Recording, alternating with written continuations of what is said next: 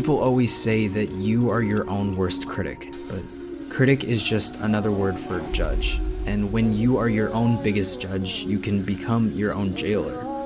For the past year, I have felt imprisoned in my own head. As an artist, I've been stuck, and no amount of inspiration has been able to give me the freedom to create. This feeling led me to abandon my personal projects and instead help others bring their visions to life. It's not that I didn't have ideas or want to create, it's just when it's not your own story, it isn't as scary to put into the world.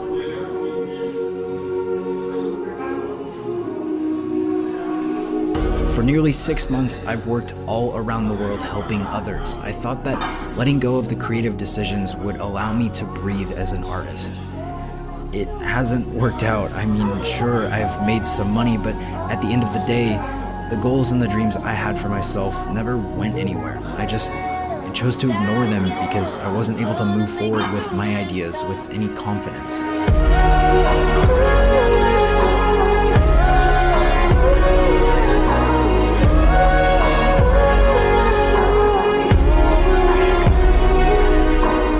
I've let the pressure of an audience influence my creative process. I stopped viewing my work as an artist and just began viewing it as a judge.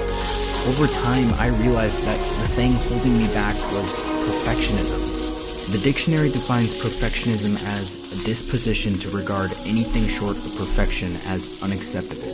You hear a lot of people call themselves perfectionists, and usually it's said as some sort of like a humble brag, but for me, perfectionism was an anchor. The thought of making mistakes was paralyzing. Everything had to be perfect or it wasn't even worth trying. Or so I thought. One simple realization was able to break these binds holding me back. When you look at yourself in a mirror, you don't see what everyone else sees. You're overly critical of every detail. We all wish we could change something we see, but the reality is that those changes are things almost no one else would notice. What I realized is that my art is no different. I was criticizing my work so heavily because I was viewing it in a mirror. I knew what I wanted to see, and if I couldn't make it exactly that, I didn't see any point in trying. But when you view your work like that, you'll never be happy. There's always a change that can be made. It's an endless cycle of judgment and abandonment. Perfection in my mind is a measure of how well something does what it is intended to do. I create art to express myself, sure, but the real goal is to create something that evokes emotion from my audience, from all of you. And if my work does that, then it's as perfect as it needs to be. Scott Adams said, creativity is allowing yourself to make mistakes. Art is knowing which ones to keep.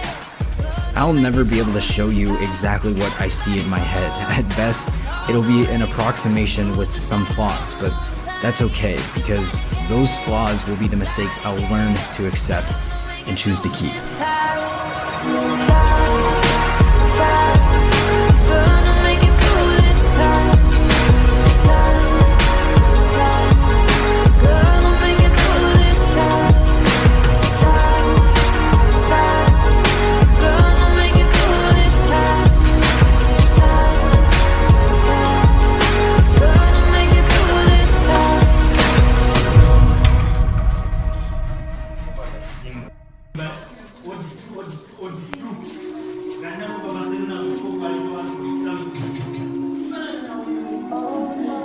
People always say that you are your own worst critic, but critic is just another word for judge. And when you are your own biggest judge, you can become your own jailer. For the past year, I have felt imprisoned in my own head. As an artist, I've been stuck, and no amount of inspiration has been able to give me the freedom to create. This feeling led me to abandon my personal projects and instead help others bring their visions to life. It's not that I didn't have ideas or want to create, it's just when it's not your own story, it isn't as scary to put into the world.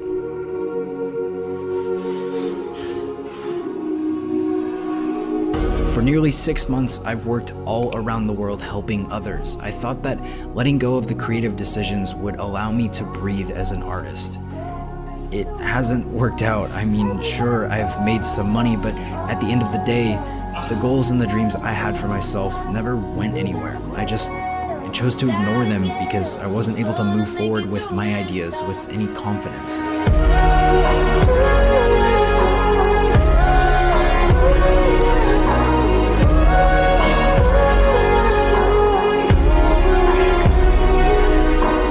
I've let the pressure of an audience influence my creative process. I stopped viewing my work as an artist and just began viewing it as a judge. Over time, I realized that the thing holding me back was perfectionism. The dictionary defines perfectionism as a disposition to regard anything short of perfection as unacceptable. You hear a lot of people call themselves perfectionists, and usually it's said as some sort of like a humble brag, but for me, perfectionism was an anchor. The thought of making mistakes was paralyzing. Everything had to be perfect or it wasn't even worth trying. Or so I thought. One simple realization was able to break these binds holding me back. When you look at yourself in a mirror, you don't see what everyone else sees. You're overly critical of every detail. And we all wish we could change something we see, but the reality is that those changes are things almost no one else would notice.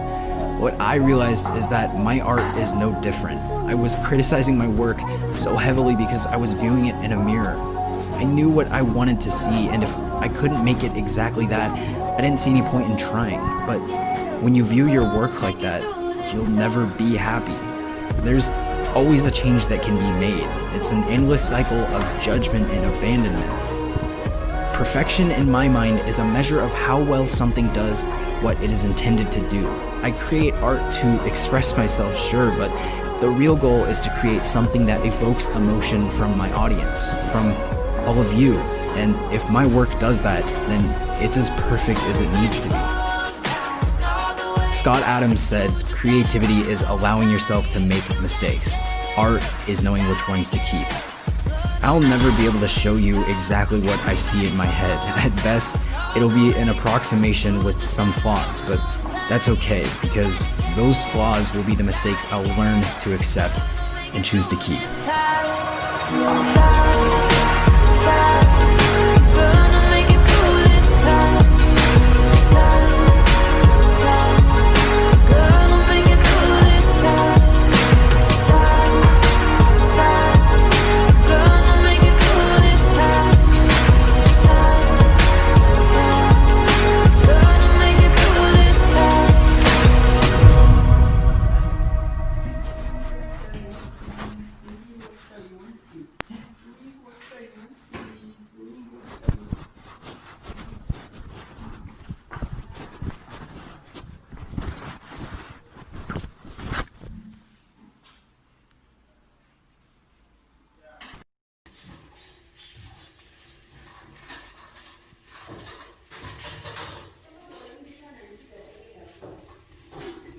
What?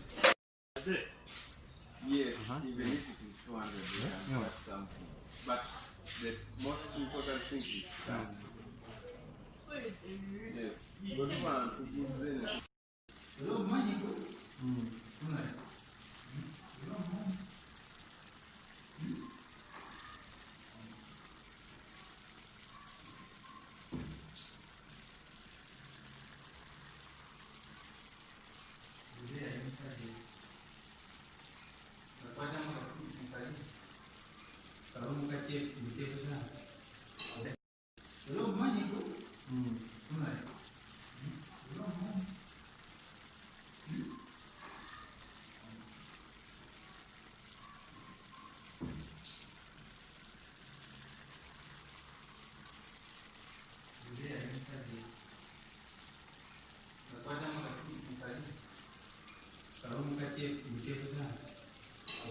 How are you? Long time. Have you been standing or have been broken?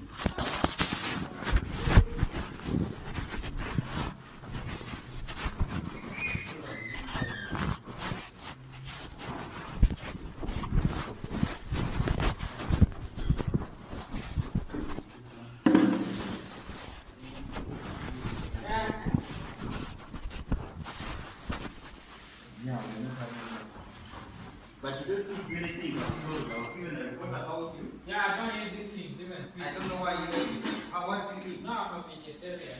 Then? It's just meat.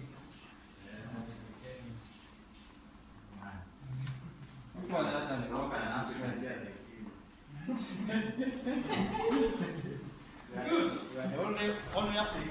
You collect all this, before you put it in the greenhouse and